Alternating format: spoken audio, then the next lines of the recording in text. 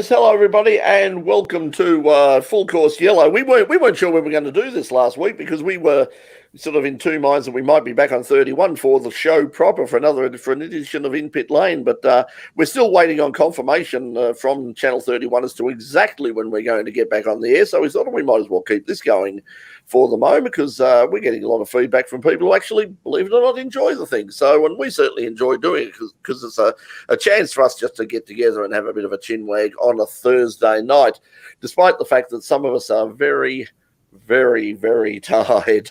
But we will plough on regardless. But yes, the regular crew, most of them are here at the moment, so we'll get on to that, and we'll be discussing the weekend at Bathurst for the opening round of the Australian Supercar Championship.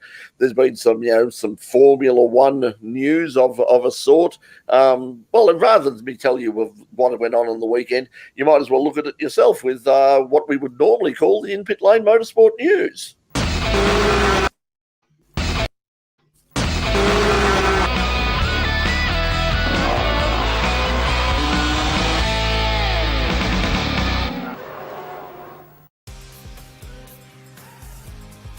Shane Van Gisbergen confirmed his early season favouritism with two dominant wins at the opening round of the Australian Supercars Championship at Mount Panorama, Bathurst last weekend. The Kiwi driver started from pole in both races, and only the Tickford Mustang of Cam Waters provided any real opposition.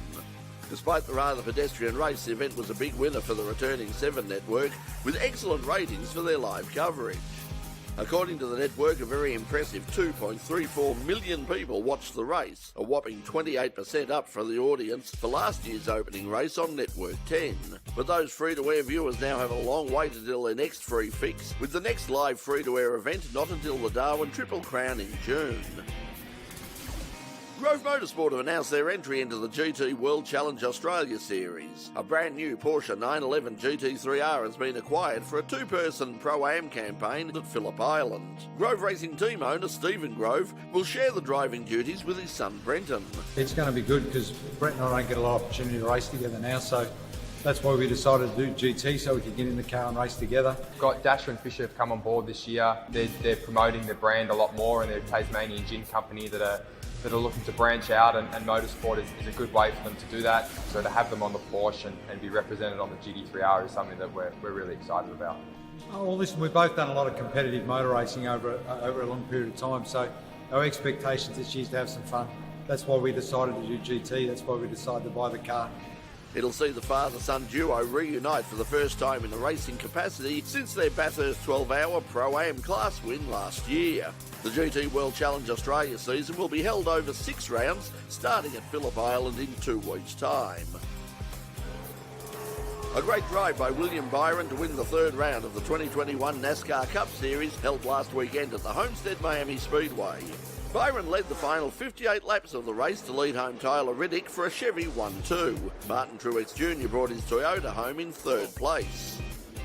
It was a tough race for Aussie James Davison, whose race ended early after an engine problem. The race was relatively incident-free, with the only real contact coming between Eric Almirola and Ryan Blaney on lap 200. $386 million. That's about how much Formula One lost in the pandemic-affected 2020 season. After the cancellation of the opening round in Melbourne, the sport somehow managed to pull together a 17-race season. But with limited crowds and hosting fees, sponsorships and broadcast rights all affected, a major cut in income was inevitable.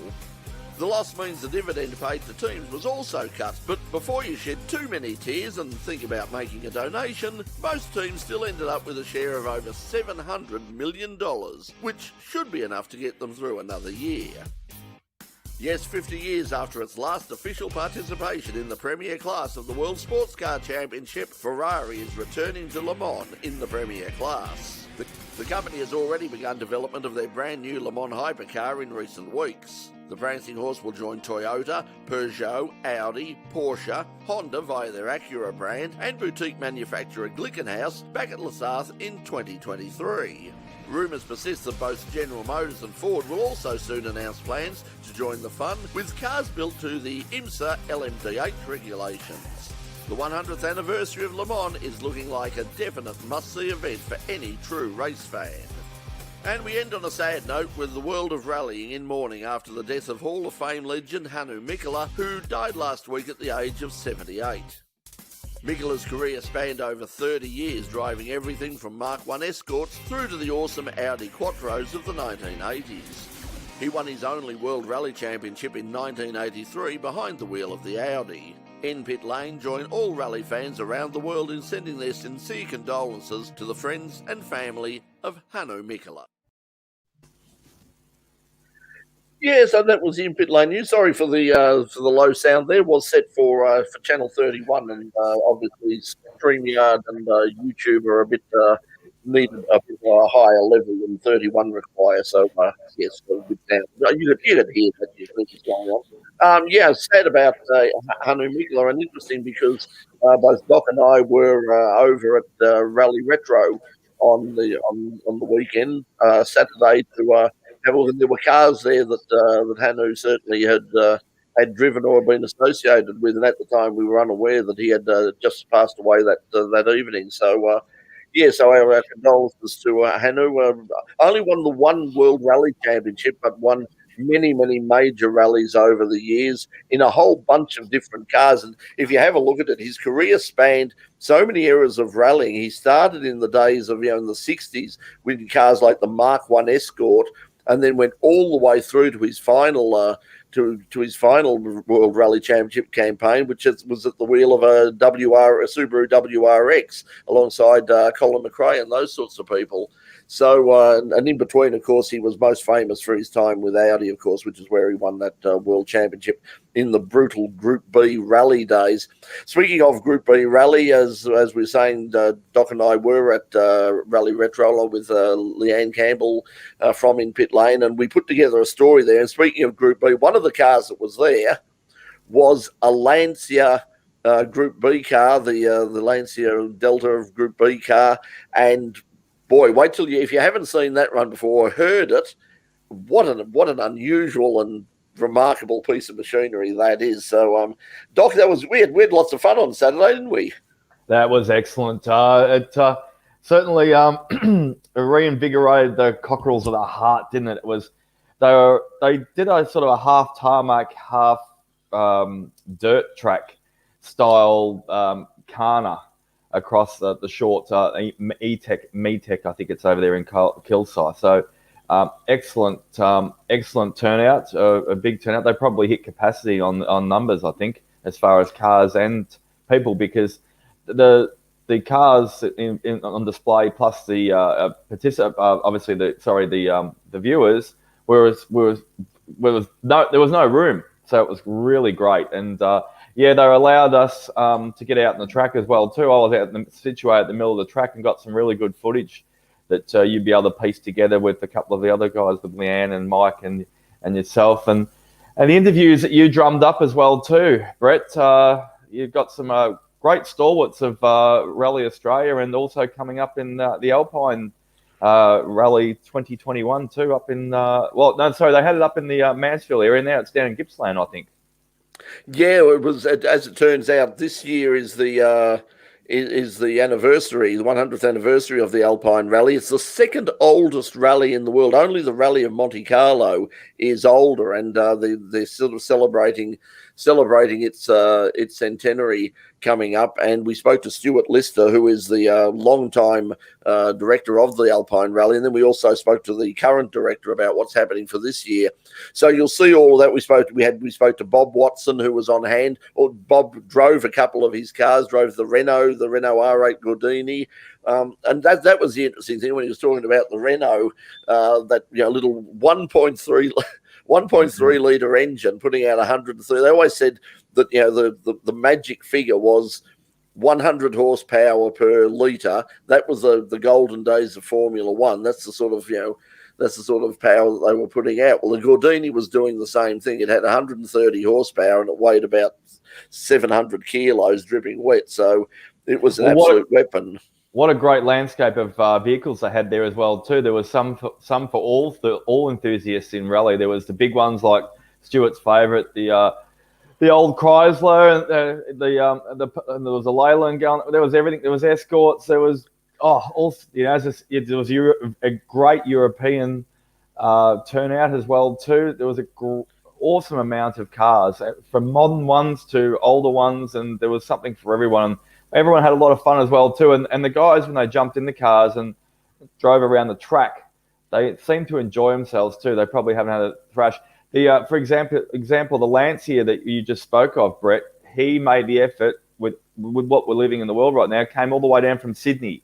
And he said he only gets it out for specific events each year, and he'll handpick a couple of them. And he brought his son down as well, too, which he's about 10 feet tall, plus a couple of inches. I don't know how he got in the passenger seat. The kid was probably all his childhood was sort of saying, one day I'll drive that car, and now that he's old enough to drive it, he's about 5 inches too tall to actually get in and out of the damn thing. His knees are up around his bloody ears when he's he's about 6 foot. Kid's about he's probably only about 17 or something, but he's about 6'5" or something. He'd be good in monster trucks if they lower the floor plan for him. So we're playing half forward flank for Collingwood, I think. But yeah. Well, by the way, mentioning the monster trucks, they're coming up later on this year at Marvel Stadium again too. They haven't been here for a few years. It's the full-on version, so we'll have to try and get there, Brett. Well, if monster trucks are coming back to Australia at Marvel Stadium, there are two words that I will say in terms of that, and long-time viewers of In Pit Lane will remember the two words that I'm about to utter in respect to monster trucks and In Pit Lane, and those two words are Philip Taylor. Philip Taylor was in his element with monster trucks, and Philip at the time did not have a license and had never driven anything, and somebody actually offered for Phil to get in and drive a monster truck. Thankfully, we talked him out of it. Because he'd have done it. You talked him out. What? Why did you do that? You should have gone. Our insurance is not that. The RMITV insurance is not that good that it will face wiping out half of Marvel Stadium and a whole bunch of media that were there at the day. But it was a fun day with the monster trucks things. And Phil often says, the monster trucks coming back anytime soon. So yeah, Phil, if you're watching out there, Phil, the monster trucks are apparently coming back. And yes. You've got a gig if you want it. It's better than the Sydney monorail. Not just the mini ones or the half-baked versions they've had the last few years. It is the full-on tilt at Marvel. So we'll have to try and get out there like we did for the Supercross. They're interesting. They're interesting, like from a technical point of view. I mean, if you have a look at the engineering of them, they're quite fascinating to look at, even though sort of, they're sort of the WWE of motorsport. I mean, they're not, you wouldn't call them sort of, I wouldn't call them sort of real motorsport, and probably monster truck people will hate me for saying that, but the trucks themselves are really, really interesting to look at from a technical point of view. There's an awful lot of clever stuff goes into the building of those things, and there's a lot of skill in driving them as well. If you have a look at stuff on the television, there's they're not. It's not as simple as you think. The other reason, I mean, they obviously offered me a chance to get in there, but my back is absolutely screwed already. And if you remember, I might have put it back in for you. It might have actually fixed your problems there as well. Well, if you remember the driving a monster truck for a PR stunt basically put Grant Denyer in hospital for about 3 months with smashed his back to pieces. I don't think Grant is still over the. Is still over that. I think a couple of discs. I've got ruptured discs already. I don't need any more of them, courtesy of a bloody monster truck. Thank you very much. As people know me, I'm a bit of a bike mad guy, but I'll go to the monster trucks over the crusty undies any day. I don't have no ambition to go see the crusty undies jumping around with pyrotechnics as much, but the monster trucks, as you said, they're a technological marvel to what they've created many, many years ago, and high lifted everything. You're nodding a lot there, Stuart. You've got an admiration for them as well. I'm just thinking, monster trucks are great off the line. They're great over the jumps. They're great at doing backflips. They're not great at turning corners. No, that's for sure. Yes. Welcome. Russell's back with us again. Go, Russell. Russell joins us every week, so good to have you back. Thanks a lot, Russell, for your support. There were box. Great to have the introduction segment back. Well, it was sitting there in the timeline, so why not throw it in there? Even though this is not the show. As I repeat, this is not a show. This is just us talking rubbish. But hey, speaking of rubbish, got a question then. So we do the backtrack stuff before we do the new stuff. Did any of you watch the Super 2 stuff up in New South Wales on the weekend? Watched a bit of Super 2. Didn't have a lot of time because obviously Saturday we were out at Bayswater at Kilsyth for the rally, and then I obviously watched the main game. Also watched the Touring Car Masters. Best race of the weekend were the Touring Car Masters. They were fantastic races. The reason I ask is that I thought, well, I reckon it's probably the best young guns field in Super 2. They've usually had a bit of a diversification, a bit of a blend of older experienced drivers just clicking up the miles so they can do the support 3 races later on the year in the endurance rounds of the supercar stuff. This year, it's just an abundance of talent. And I don't know if it's because they've got nowhere to go outside of Australia and that's their best option to stay home here. But they're just going out there and they're absolutely going hammer and tong up at Bathurst on the weekend. And I reckon it was just great racing. I mean, there was g'day Priesty, sorry in the bottom third then. Hi brother. They were just going crazy with each other. And look, there was their fair share of mistakes, and that was probably in every single race and every participant up there. But I just saw a lot of the kids were going really great. They weren't afraid to pass. They were throwing it out there. Most of the time it was clean. There was a bit of rubbing, a bit of touching, but, there was Jason Ojeda out there as well too. Brock Finney, as I said, I've touted him for the Jamie Wynn Cup spot at the end of the year. I think he got a penalty after the second race. There's just lots and lots of fun. And I reckon it's a category just to watch this year and just see some pure racing where they're not going to hold back. They just, it's not going to be as procession as the tier above them. Well, the tier above them was very processional. I mean, that was it. I mean, both, as we said as I said in the news, Shane Van Gisbergen. I mean, Shane himself. I mean, I was really surprised. Shane.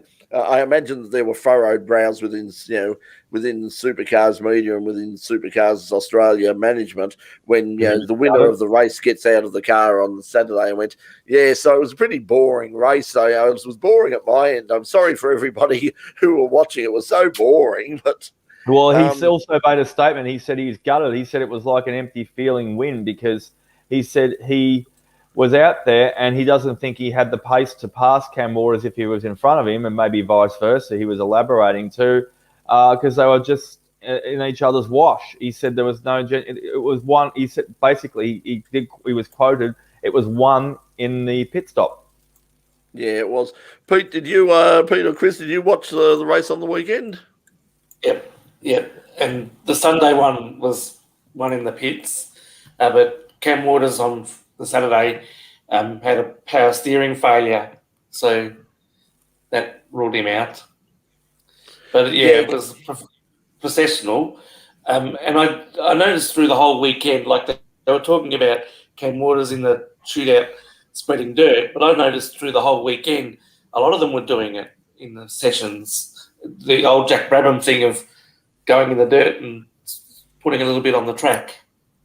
Yeah, I mean, Cam sort of addressed it. I suppose he's been doing so much sprint car stuff that he felt a natural affinity to get sideways on the clay. But he said to himself, he said, "Look, I certainly didn't do it deliberately. And if somebody did do it deliberately, yes, because apparently the situation is at the moment there was no specific rule to stop people from actually doing it. If you did do it deliberately, there apparently wasn't a specific rule." And he sort of said to the stewards afterwards, he said, "Well, if there's not a rule, it might be a good idea to actually, come up with one because, I mean, somebody could do that, really, if they were really, nasty about it, they could say, okay, well, I could sort of, hit the gravel trap on my cool down lap or something, or just, put a bit of sand on there." But the thing is, I mean, that's what it's the pressure of the television schedule that makes it so difficult, because you would just say, okay, look, there's dirt on the track, send the marshals out, send the street sweepers out, sweep the thing dry, get out, sweep the thing clean, and then let people get out there and have like a really good run, which I remember they did a few years ago up at Bathurst, one of the 12 hours that I was up at, and something similar happened there. And they just stopped for about, it must have been 20, 25 minutes or so, that they just stopped qualifying while they cleaned up, gave the track a really good clean up, because they just said, look, if we keep going, anything from this point on is going to be compromised. We need to get the track back to as pristine a condition as we can, so that people have got an opportunity to come out and set some fast times. Yeah. Scramble the sweep sweepers. Doc? Yeah, scramble the sweep sweepers. I think I remember that incident myself as well, though, too. But I don't, with all the scrutiny and all the cameras on it, and everyone watching and keeping a close eye on things, I don't think any of the drivers wouldn't dare doing deliberate that. There you go. Cam's running in the sprint car series at Simpson on this Saturday again, so he's still obviously got he's got a sabbatical. He can jump out the car of a supercar and get up there and still get into the cage. But yeah, with so much scrutiny these days and everyone watching over each other's shoulder, etc., you wouldn't be doing anything untowards, because you're opening yourself up like for ear bashing something, or even penalties. It's just so crucial these days. Yeah, I mean, it'd be as crazy as like a cricketer tampering with the ball or something. I mean, it'd never happen in modern days with all the cameras around. I mean, only a lunatic would try and affect the condition of the ball by bring sandpapering it or something. Thank God those days are well and truly gone. Yeah, let's not get into media bashing, but I will mention one thing. Obviously, there's some highlights and lowlights of the coverage, and one of them was the graphics. I think was obviously much announced beforehand. They put up there were a few mistakes with the graphics there at some stage, wrong names with the wrong drivers, with the wrong cars, etc. But I think, and I'm a big lover of Jack, as you know, I get along with really Jack. I'll even jump on the tools in down at Phillip Island. 12 months ago, I was there, as you know, Brett, with Jack and Larry on the working on the Commodore. But they had Jack in there doing a segment on how hot it was in the cabin, especially, I think it was on the second day, on the Sunday, when we weren't at Rally Retro. And, it can get up to 60, 70 degrees with your feet down there on the floor pan in the gearbox and behind the engine, and very little insulation, so they can maintain their weight advantage over other cars. And he was saying how hot it is in the car, and it's 20 degrees above ambient, etc. like that. The whole thing there, they didn't give him a chance, really. They're saying, oh, it's really hot, etc., but there's no ventilation. There's hardly any cooling coming in. What about where do you put the dry ice? There's a box there. They forgot. They do wear cool suits. I mean, they're working 99% of the time. But he failed to mention that. He was just obviously going through a whole lot of exaggeration, saying how hot it is, but forgot to mention they wear cool suits. The interesting thing with cool suits is I was talking to our mate Richard Outram there, and he raced out at Sandown for the first round of the State Series in his XL, and he was saying how grateful he was that, they're short races in an XL, and when he said that he was getting a cool suit, I went, I sort of raised my eyebrows and thought, really?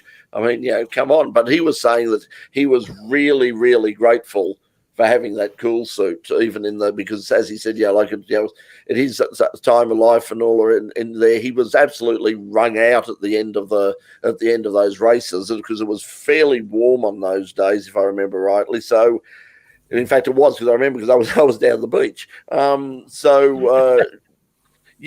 think that So Richard was saying he was very glad he had the cool suit, and it made life a lot more comfortable, and he thought he was a lot more sort of he was a lot safer and a lot more relaxed, finished the day a lot better, the weekend a lot better personally by having the cool suit than without it. But I mean, we saw the problems with that sort of later on with Jack LeBrock.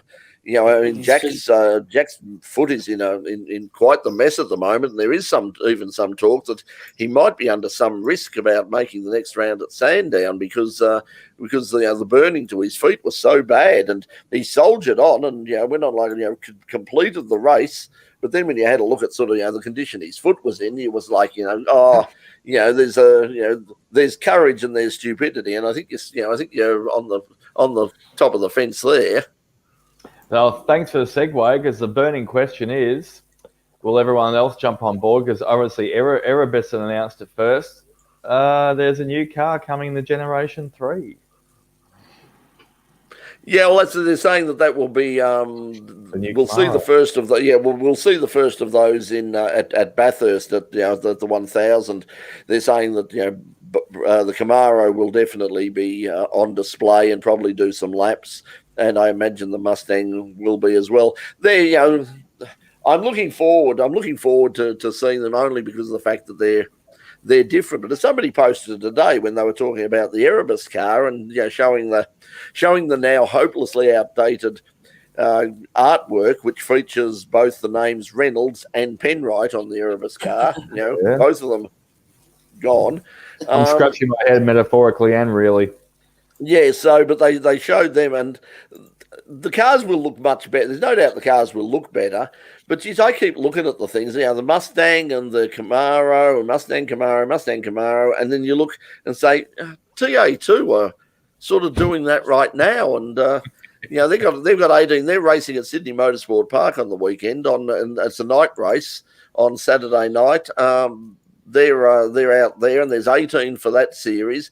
There's going to be more for the Australian Racing Group version of because they're sort of like everything else in motorsport. They're split into two different camps, but both series are going really well. And if they all come together, and on some of the bigger events they're doing that, they're going to have 30, 32, 35 cars on there, and they're Mustangs and Camaros and Dodge Challengers as well. Yeah, I know. It's good to have a lot of other, isn't it? Yep.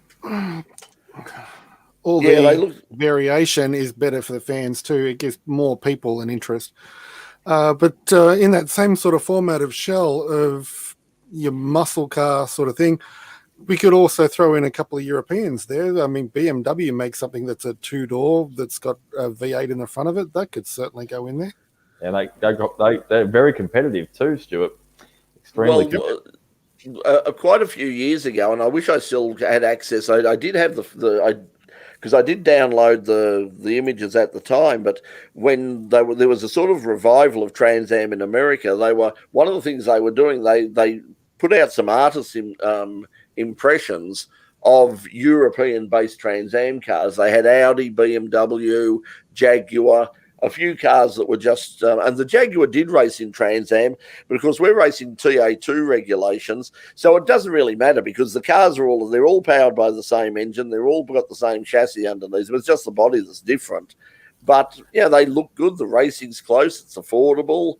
I don't know whether whether I think the supercars are going to be that much better, especially when you consider the sort of cost involved. Well, the Super Farts are now testing their new Gen 3 engine as well too. I think it's just been released this week, and they've got a couple in the dyno this week. So they're homologating those to make the Ford and the Holden ones as close to as comparative as possible. So, I mean, you've got the horsepower almost down pat. You've got all the output and the kilowatts, etc. But then you've got to bolt it all in.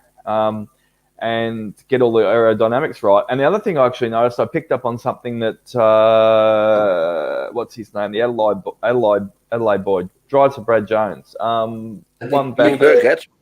Percat said something. I was picked up on an old interview. I hadn't caught up on some of the stuff back at Christmas. And he was doing a bit of a down-to-earth tell-all tales interview coming up for the start of the season. They were touching on how disappointing Adelaide was that he couldn't race at his home race this year. They said one of the biggest things that they hope to carry over into the Generation 3 car and in any future prospects of developing it down the track, he said he wants to keep the sequential gearbox. I mean, we all grew up with the Aussie 4 Hollinger, a 4-speed, and then it was a 5-speed, etc. like that. Basically, every single car used it out there because it was unbreakable. The M21s, etc. However, they've got the sequential and have done these for years now in supercars, And he said, it's great. Please keep the sequential gearbox amongst all the across the board of all the cars, because there's been some talk lately of switching to paddle shifts. And he says, please don't bring paddle shifts in it, because then you start bringing it up to spec of GT, GT3. We're not a European category. We're a heavy, high horsepower, low, as you say, Brett, low downforce car that you have to drive around. And some of the international guys that come over the years and they've had to wrangle these supercars around Bathurst and do the long endurance races, that what provides some of the inspiration and some of the challenge that they want to come over and try and wreak havoc with these cars, because it's something they say they want to do, not just the track, but the cars are hard to drive. Going to a paddle shift would be the wrong way. They should, if they're going to change the gearboxes, go back to a H pattern and actually make people drive the car. I agree, Stuart. Yeah, I remember when Jamie Whincup was first joined the commission, the Supercar Commission. He was interviewed about what he'd like to see, and he said at that time, I would like to I don't want to see paddle shifts in the cars. He would like to see the sequential stay. Yeah, I don't really mind. I mean, like to me, the things like the gearbox and all that. All I want to see is I want to see some variety. I want to see some technical innovation. Well, we're not going to see that. We're probably not going to see any variety. And I want to see good racing. And the way to get good racing, as we've always said in the past, the formula is too much power, not enough grip. Get rid of some of the aero, have narrower wheels and tyres or harder compounds or something like that. Perhaps even a bit more weight in the car and make them move around a bit, increase the braking areas, and you might go back to having some decent racing. But as Shane said, well, that's everyone knows that. That's everyone says every time it rains. Oh, it was what a great race it was because of the rain. It was terrific. The rain. The cars were sliding around and they were passing. And you could see who the good drivers were. Well, you don't need to do the burning and wet the track. All you need to do is take some of the downforce off and give them plenty of power. Give them keep the 650, 700 horsepower and all that, but make them slide around a bit. They change tyres anyway, so put them on something narrow and get them snaking up the mountain straight and drifting around the corners. And you're really good drivers like your Van Gisbergens and the right would love that sort of stuff. And they're not going to be as badly affected in the wash, in the aero wash. Well, that's why I found the Super 2 refreshing over the weekend, because you've got that variety of cars, and they said obviously with the Gen 3 coming out for supercars, they might even drop down the new Mustangs and the VG Commodores, whatever it is, down now into the Super 2 series next year early. So that's just going to add more spice to it as well too. You're going to be running FGs, FGXs, VGs, You're going to be riding the old the Kelly Brothers Ultimas are going to be out there. Some are running, some of the old Falcons still as well too. It's just going to be. That's why the Super 2. You basically teams to a certain extent they'll throw money at the cars. We just need the Volvo and the Mercedes back, and we'll be laughing. Oh, be careful! I like Archimedes and I saying, go back to non-synchro 3-speed column shift. I mean, that's my generation. Russell is called our apologies today, but this is a quote. This is my daily driver was a column shift 3-speed. Thank you very much. Up until a couple of months ago. I'm not just saying there's nothing wrong with a 3 on the tree. However, if you're in a supercar and you're going across McPhillamy or Reed Park and someone gives you a tap from behind, you're changing gears or down there, you'll bloody snap the stick off. I just leave it in second and use the torque. I had the I had the not 3 on the tree. I had 5 on the tree at one stage with the Fiat 2300 Sport, which I was which I was in the process of rebuilding for Group N racing. When Group N started, Appendix J, they came back there. I got hold of somebody, a friend of my dad, said, "Oh, I've got an old Fiat, and it's got a 5-speed gearbox, 4-wheel disc brakes, and Weber carb is the standard." And then I sort of did some research on it and found out that Bob Jane raced one for a while. And I got this thing where, like, he just dumped it around. It was in pretty good nick, and so the plan was, this is when I was about 17. Let's build this up for Group N racing. I could do this, and of course, then the back fell to pieces, and that was the end of any sort of racing, the stuff behind the wheel that I was ever going to do. So in the end, it got sold off for an early season, along with my 1960 Volkswagen. They both got sold off for a back operation. So, yeah, that's what happened to those cars. But even last year, I didn't like the short races very much, but with the different tyre compounds, you got different winners, and that spiced it up a bit. But, yeah, even though I didn't like the short races, that the different tyre compounds spiced it up a bit. Yeah, I liked I thought last year worked with the different tyre compounds worked really well, because, as you say, it did. The cars were strong at different parts of the race. Some of them started like a house on fire, and then came back to the field, and actually made people drive and think about how they were driving, in terms of, like, yes, I can go at this like a bull at a gate, but I'm not going to. I may run out of tyres before. Before it's too late. So the team had to plan with strategy, the driver had to plan with strategy, and the racing last year, I think, was overall pretty good. So, but anyway, it was hard to tell. I mean, I think that Bathurst is a great track, and we love it and all the rest of it. But I really think that I would like to just see it stay as an endurance track, both for the supercars, and of course, the main thing is that we get the 12-hour back next year. That's the race that it was always said. The 12-hour is the race that Mount Panorama deserves. It's an international event with the best in the world, and let's keep our fingers crossed that in February next year, we will be sitting up there getting sunburnt and watching the best drivers in the world in the fastest GT cars in the world going around the mountain. Oh, I've said it many a time, but you were right. When I went up there last year, and I was very lucky, I happened to get it all just before we had this world problem, was, as you said, 6 o'clock in the morning, sitting up there in your captain's chair, whatever, even if it's on the grass, and you're watching the glow of those brakes coming across the top of the mountain. It's just magnificent. Yeah, like I said, if you do go up there, please do yourself a favour and get up early in the morning, go to the top of the mountain and watch the start, and stay there until the sun comes, because it is the most magic thing. Because you look out and you see all the lights start flickering on down in the town, and you see the brake discs and the headlights coming up the mountain, the tail lights going down, and slowly but surely now as well too. This is obviously haven't been for a couple of years, Brett. You get the fluoro numbers, so you can tell what car they are too now. It's a real spectacle, and it's just, and certainly that golden hour, and that hour just as the sun is coming up. If you've got a camera, that's the time to get your photos, because boy, the colour is. They don't call it golden hour for nothing. Just before we flog Bathurst one more time, don't forget as well though too. There's the wildcard entries we might see in the category throughout the year. So Tommy Randall, I did read the article during the week. Tom's going to get 2 or 3 runs, but the rules are if he gets a wild card, because Walking and Dreddy United is also going to give someone a Guernsey as well too. So if they're going to give them to one team, they've got to give it to the other.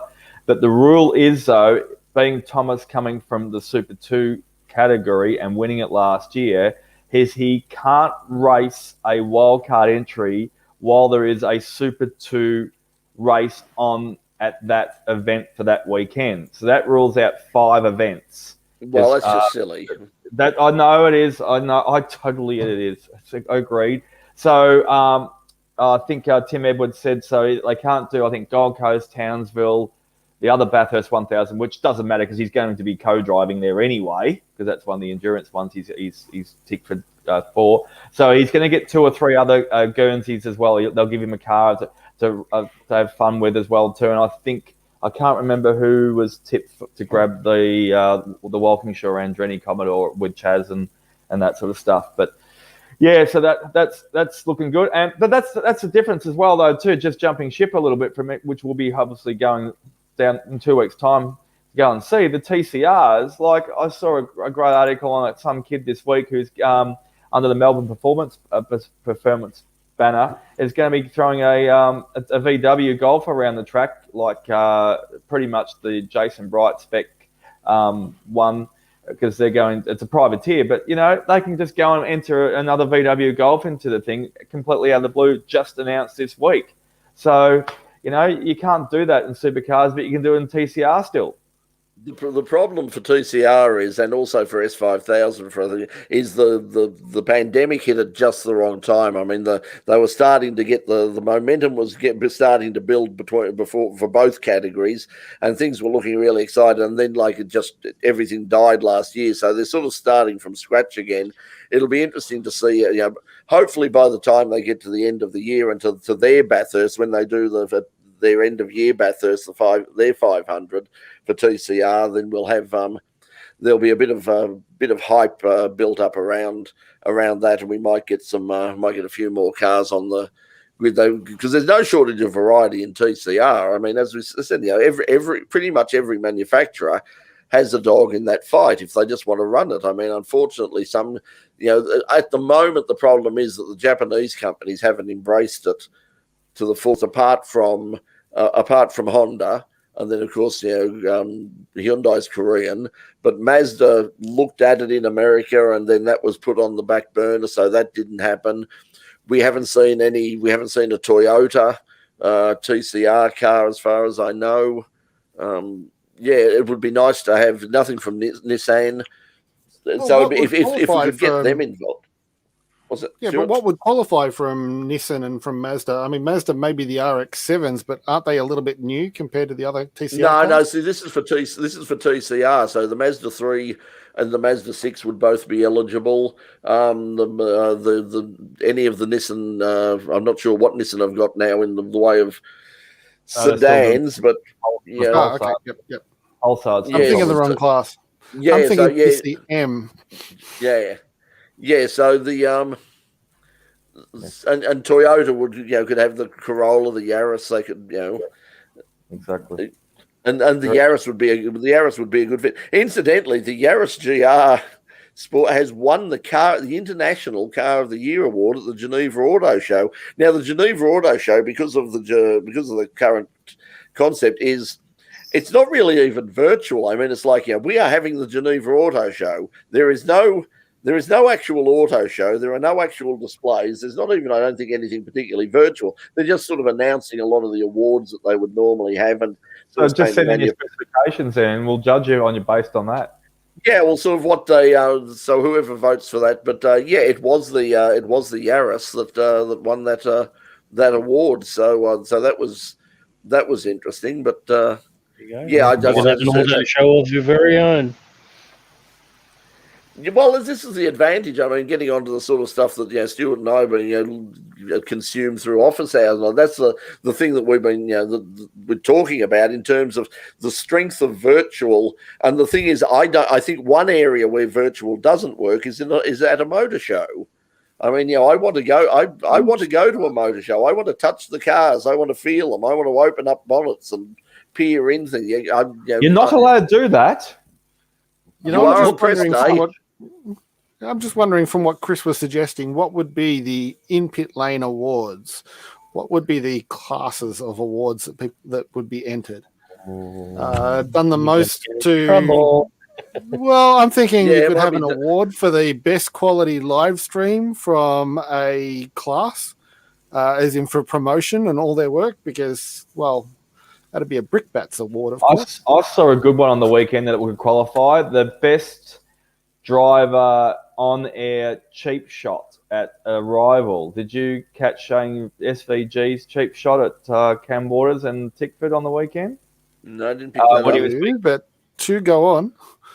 He said, it's great for winning. Bad luck for Cam and all that sort of jazz. I'm not sure if it was the Saturday, the one where he had the power steering problem, or the one after, but I think it was the Sunday one. He said, I was looking back in the rear vision mirror, and I couldn't see that subpar energy drink car anywhere within my sight. So I went, comment of the day. Someone drives a Red Bull and there's a monster car not in his bloody rear vision mirror. He threw in an that's not bad. absolute cheapie. He's like, yeah, well paid. You got it on air in prime time viewing. What'd you say? 2-point-something million people were watching. Oh, yeah, 2.8. Yeah, the ratings were really good. I suppose the advantage at the moment is the footy's not on. There was no major cricket. I mean, apart from there was the T20 from New Zealand on Sunday, I think it was. So that took, but that wouldn't have taken a huge amount, and obviously not on free to air. So.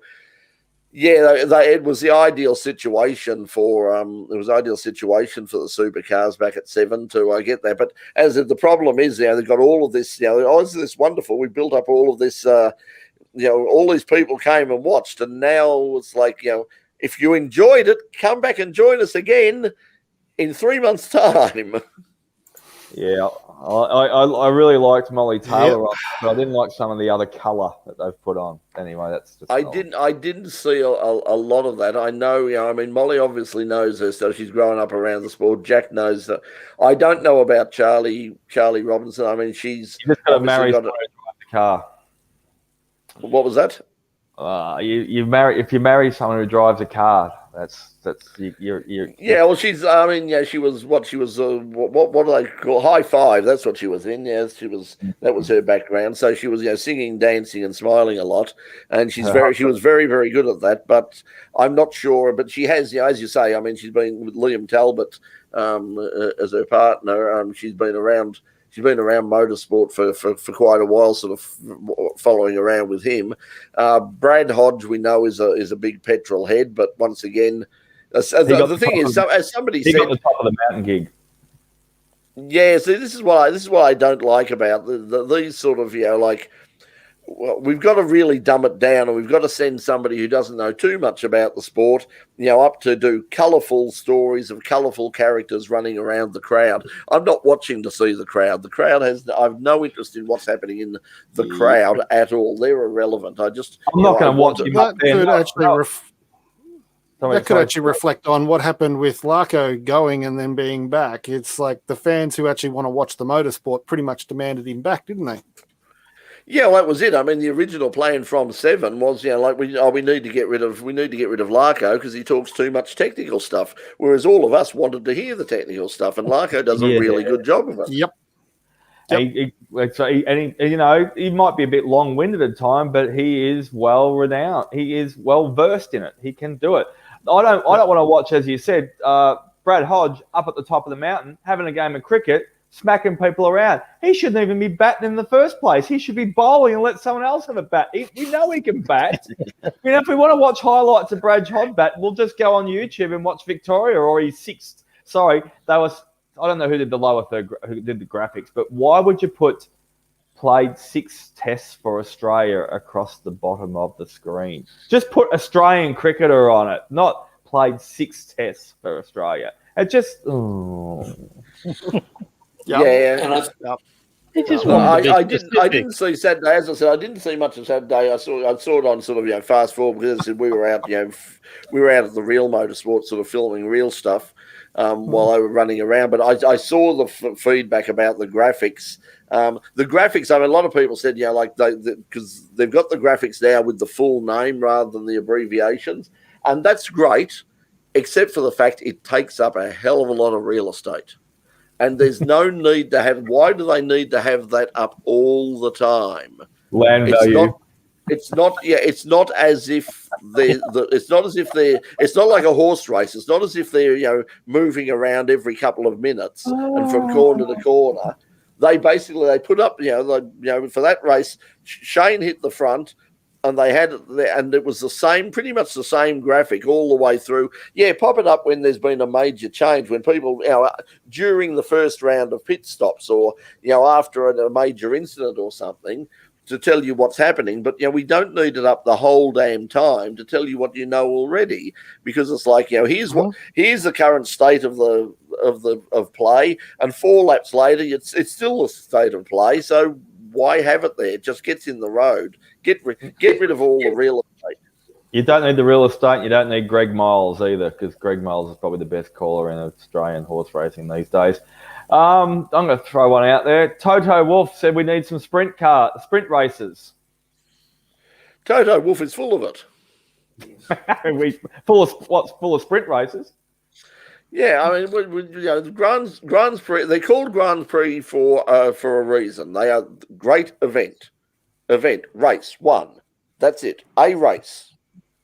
Not three races, not two preliminary races in the final, not a reverse grid, nothing. A race, one race, end of story. Practice, qualifying, race. That's Numero uno. Because all it does is it just dilutes the brand. It's just, and you will get people, and the danger is it will become like T20 cricket. Is that you will get a generation of particularly younger people who will sit there and go, oh, yeah, I love the Grand Prix, but, I hate the really long race they have on the Sunday. That's boring. I just want to see the 20-minute one where they all crash into each other. That endurance race on the Sunday. I can't. Yeah, it goes on forever. Yeah, exactly. I've got snacks to eat. I've got people to do. I've got people that there's so much video games to play. You can spend all night, 12 hours from on a big sesh on video games, but you can't watch a Grand Prix for an hour and a half.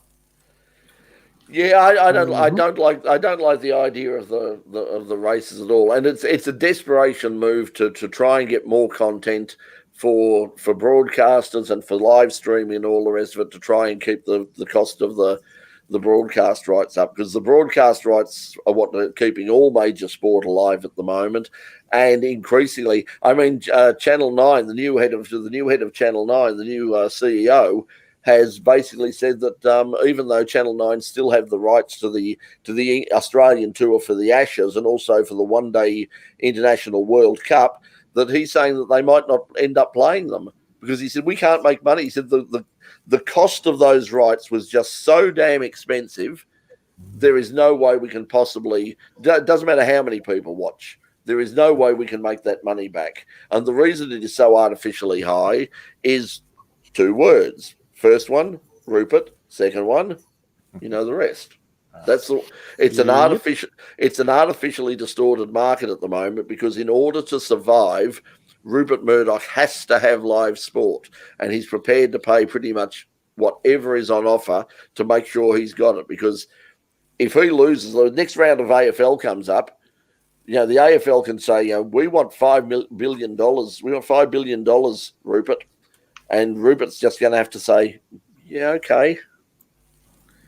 But, anyway, it's because there's Wouldn't no that involve, way. like, moths flying out of the wallet? Well, not when the money's handed to him by governments and all the rest of it. But he's got the money. Foxtel have been running at a loss pretty much their entire life. They've never really made a profit. But this is the Australian service has never run at a profit. That's what I said. It's subsidised by the American arm. Yeah, and he keeps selling off bits and pieces of the empire in order to keep them alive. But there's a couple of cheap casinos going up for grabs in Melbourne and Sydney, I hear, down the track soon too. They'll probably get their licenses renewed, but it's funny speculating on it. They're going to be some heavy regulating. Pardon, Richie? The cash laundry. Yes. Laundromat. Yeah. Yes, just looking at that graphic you've just put up, Brett, from Paul Van Dacker. How many things can go wrong this week award? Yeah, that'll be like the second show syndrome. I like it. It's awesome. Like that one a lot. A lot. Yeah, that's get gold status, that one, dude. Paul, good show. Absolutely, yeah. Well, look, we could ask everyone for suggestions. Email, inundate Brett on the intricacy, obviously. No, don't inundate Brett. No, I'm inundated enough already. At the moment. Look, wait until the proper show comes back onto Channel 31, and then you can well, incidentally, when the show does come back, we're going to be sort of flat out, because I can sort of semi-announce what's going to happen in terms of what we're doing, because we don't have a studio. We're going to be doing stuff mostly on location, But as you know, one of the things that we've done for years and years that we really love doing, we get a huge enjoyment out of Live music. is live music, is bringing in live bands, because it's great training for our members at RMI TV Student Television. It's a great experience for them, great experience for us, great exposure for the band, and we just really love doing it.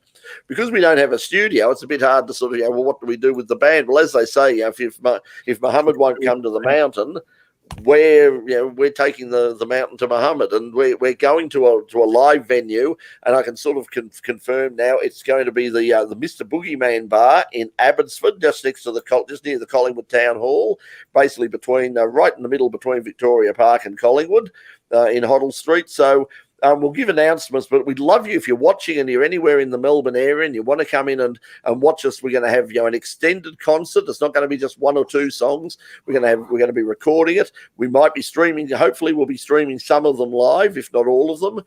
We're working on that next week.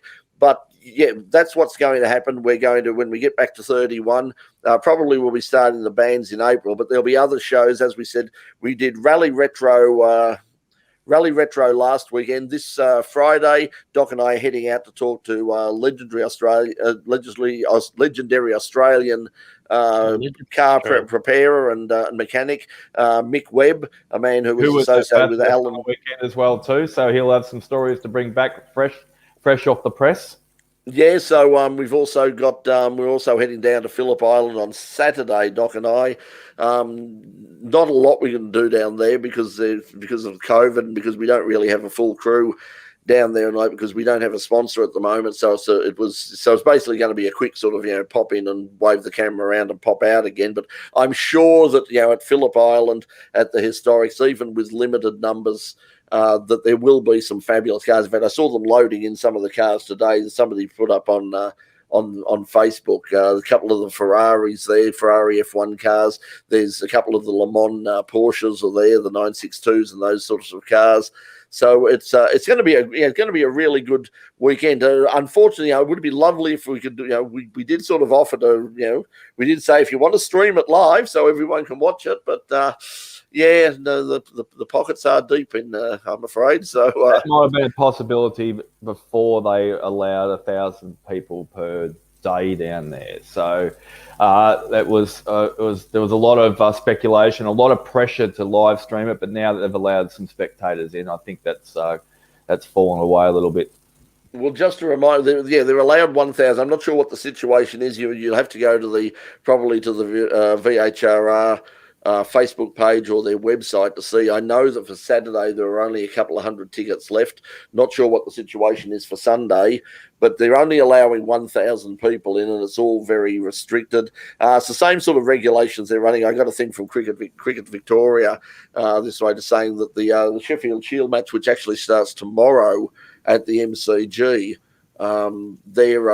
they're opening up to 1,000 people as well. So that seems to be the magic number at the moment without going into special things. You can have 1,000 people walk in. So if you're a cricket fan, you're not doing anything on this. If you can't make it down to Phillip Island and there isn't a live stream, well, go to the MCG and have a day at the MCG and watch Victoria play Tasmania. I mean, I might even pop down myself there on Sunday or Monday. Big month in general. Not jumping too far ahead. Then we've got Sandown the week after as well too, Brett. So we've got Phillip Island for the Australian Racing Group for TCR and S5000. So Phillip Island, yep, too. Once again, we found out yesterday that because of the Channel 7 thing, we're not allowed to film anything on track or in pit lane, but we can go down and film interviews and stuff in the pit. So we'll probably go down and do some news stories and perhaps try and pick up some feature interviews down there. And as you say, what we'll do is with the interviews, then we'll ask every single person, well, what for the in pit lane dodgy awards, what would your question be? There you go, for what we were just saying before. Why not? The Dodgy Awards at the end of the year. We should do that for the final show. Pick the 5 best questions and who wins the Dodgy Awards. Like Stuart said, what could go wrong on the weekend? Yeah. But anyway, that's what's coming up. Yes, and then after the Sandown Supercars, I'm not sure. I'm trying to talk to Supercars to say, look, is there any point in us doing anything at all with you people? I mean, if we understand the whole rights thing, we're not allowed to go anywhere near the track during the meeting itself. But surely, I mean, especially if we're back on air on 31, surely that there is an opportunity for you to want to promote this thing on prime time, free-to-air television right across Melbourne by making people available, Because it's funny because, like, as I said, every week I get emails from NASCAR and the NHRA saying, hey, we're racing at Watkins Glen, we're racing at Bristol this weekend, whatever. Do you want people to talk about it on your television show in Australia? Yeah. Yeah, because they understand about getting like the word out and advertising and promoting their own product. Yeah, and they don't have that arrogance of like, we don't need publicity. We got all the publicity we need, and we're the most important category in the world. And really after the AFL, we're the number 2 sport in Australia. No, I'm sorry, you are not the number 2 sport in Australia. Whatever surveys you've said that claim the supercars are the number 2 or 3 sports in Australia, those surveys are wrong. Because I've seen the real ones. I was going to say, there's about 6 other sports in Australia claim that they're the number 2 sport in Australia too. So I'd like to see who they are. But we all know when it comes to obviously the viewer audience, and they come up with their 2, 3, 20 million people that are watching. We all know they're based off a set-top box style in a house that's in obviously probably Wi-Fi these days. And they have 200 or 500 of these around Victoria or Australia, wherever it may be. And all they do is if one person tunes in, that equals to 1,000 people. But if 5 people tune in, that's actually only 5 people, but it's actually they count it as 5,000 people watching. It's very complex. I mean, like I know we sat in. I've told the story before that we sat in when Channel 31 originally signed up to OzTAM, which is the Australian national, officially approved ratings. They're the ones that all the networks use, and that's the Bible of Australia. One of the things we went to was basically an education seminar where we found out how the ratings worked and how they set the figures and how the figures should be interpreted. And essentially, the figures can be interpreted in any one of hundreds of different ways, and depending on how you interpret them, you can go from having 5,000 viewers up to 500,000 viewers, and both are equally valid.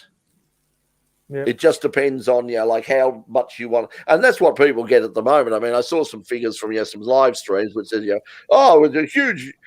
Last week we got over 1 million viewers for our live stream across the world, and it's like, no, you didn't. It's just everybody who tuned in was counted. You on YouTube, you've got to be on for 3 minutes. If you're on for 3 minutes, you're counted. You go somewhere else, you look at somewhere else, come back again, you're on for another 3 minutes, you're counted again. Everybody, that goes on all day. That's why a lot of live streamers will break the stream up into different groups, because that way they can add the end of the weekend. They add it. You get the cumulative figures, and it's like, so if there's 3,000 in the morning and 3,000 in the afternoon, that's 6,000. It's still the same 3,000, but they can legitimately say we had 6,000 viewers. Well, the AFL have done it, and some teams that are in Aussie rules, maybe even the one I'm wearing tonight somewhere. Anyway, they fudge the figures each year to a certain extent, because they say record-breaking memberships, maybe the Bombers or the Collywobble Pies or something like that. We've got the greatest membership at them. That's because they create so many different membership categories. So what they do is they have your normal standard membership, which will be your 24 games a year you go along and watch. Then they've got the baby boomers memberships, and they've got the junior memberships, and they've got your Chino Latte membership, and then they've got your country member, and then you've got the I can only go once every second week membership, or then I've got my Carlson endorsed Marvel Stadium one, and then they've made up so many different membership categories that no wonder they've gone from 70,000 members one year. Oh, we're record breakers. We've just hit a new record again. 5 years in a row. Now we're 80,000. That's because they create so many different memberships that they can count as one membership now. Yeah, so as I say, lies, damned lies, the statistics, but it would just be good. I mean, if supercars, as I said, I have this constant online argument with Betty Clemenko in terms of she said, why don't the media pay attention to us? Why don't the media do this? Why don't the media do that? And it's like, why don't you provide people for the media to talk to? Why don't you get proactive and contact the media at all levels and say, hey, we're racing at Sandown in 2 weeks' time, and we've got a fabulous, there's a real great human interest story about one of our drivers, so would you like to talk to said driver? Would you like to go out to their house and do an interview with driver and new girlfriend, or driver and mum, or driver and father, whatever, the job of a PR person is to make our job as journalists easier. She knows how it works. People in Australia just don't understand that. She knows how it works. She's asking you a rhetorical question, Brett, just so she can have a great conversation with you, because she enjoys having a chat with you. And the reason why, and I'm serious about that part. She knows the answer because she's the meat in the sandwich. She knows how it works. She knows she's bound by the restrictions supercars lets them do. She'd like to do more, but she tells you, she has that conversation with because she wants to. Yeah, to her credit, I mean, she has criticised it as well. But the thing, my point is that when she says stuff like that, I'll say, okay, that's fine. We have a prime time, free-to-air television, motorsport television show going to air Thursday nights, 9 o'clock in the weekend. Can we get one of your drivers on? And then it's like, talk to our PR person. You talk to the PR. Oh, look, we'd love to help you, but they're very, very busy. And then you talk to the drivers. You talk to when Dave was there and all the rest of it, and say, I understand you're very busy. And they go, no, no, we could have come in. Yeah, that's what I'm saying. Yep. And obviously, super farts, as I said earlier, just don't want to. Some things get a little bit too big for their britches sometimes, and they're a little bit precious. They're a little bit too scared that someone out there might be able to do something a little bit better than what they can do, and do it for as Stuart's favourite saying would be, I can do something better for 10 times less than what you can do it for, even maybe more. Yeah, anyway, listen, I've just looked up at the timestamp, and I realise that we've been going on for over an hour now. It's 1 hour, so the time is absolutely flowing. So I think we better wrap this up because, as I said, we've got some of us have got food to eat and beds to crawl into, and all the rest of it. And other things I'm not falling asleep tonight. Yeah, Doc. Yeah, we had a meeting. We had a crew meeting. We had an online crew meeting like that. Yeah, and Doc absolutely. And Doc flaked out in the middle, and we couldn't revive him. So we sort of said goodbye to Doc, and Doc was fast asleep. So, and Doc's got to be in. We tried to make noises loud enough to wake him up, and it had no effect. Doc's got a big weekend. As I said, we're heading out to see Mick Webb. So particularly if you're a Ford fan, but if you're a fan of touring car racing and the golden eras of touring car racing back in the days of the Moffat Mustang, going all the way through to the Mazda RX-7 with Alan and a lot of the cars he's worked on over the years, we're going to catch up with Mick, and that'll be on an episode of In Pit Lane on Channel 31. After, I don't know when we're going to do this. That's what I was going to sort of saying before. I don't know when we're going to be able to do this, but once we come back on Thursday nights will obviously be the show. We'll stream the show from Channel 31. But if you think you would like to see something like this continue, perhaps earlier in the week or on a once a month or something like that, let us know if you'd like to you'd like us to keep going. And if we can find some time, and it's a big if, we might see if we could keep this going, because it's a bit of fun that we have without any sort of great preparation, and you can tell that there has been no great preparation. If you want to keep us awake, just send along some subpar energy drinks, and that'll keep us going as well too. I do not want subpar energy. I don't want energy drinks at all. What I want right now is Bacardi and Coke and go to bed. Now I have to have some serious wash down some serious painkillers. So so we will see you all. Thank you. I can't walk. I'll borrow some of them, please. I promise. You might have to. I'll see you tomorrow. I'll bring some. I'll bring some over tomorrow. I'll be a pusher for tomorrow. Catch everybody next week. So from all of us here on Full Course Yellow, till we see you next week. Bye for now.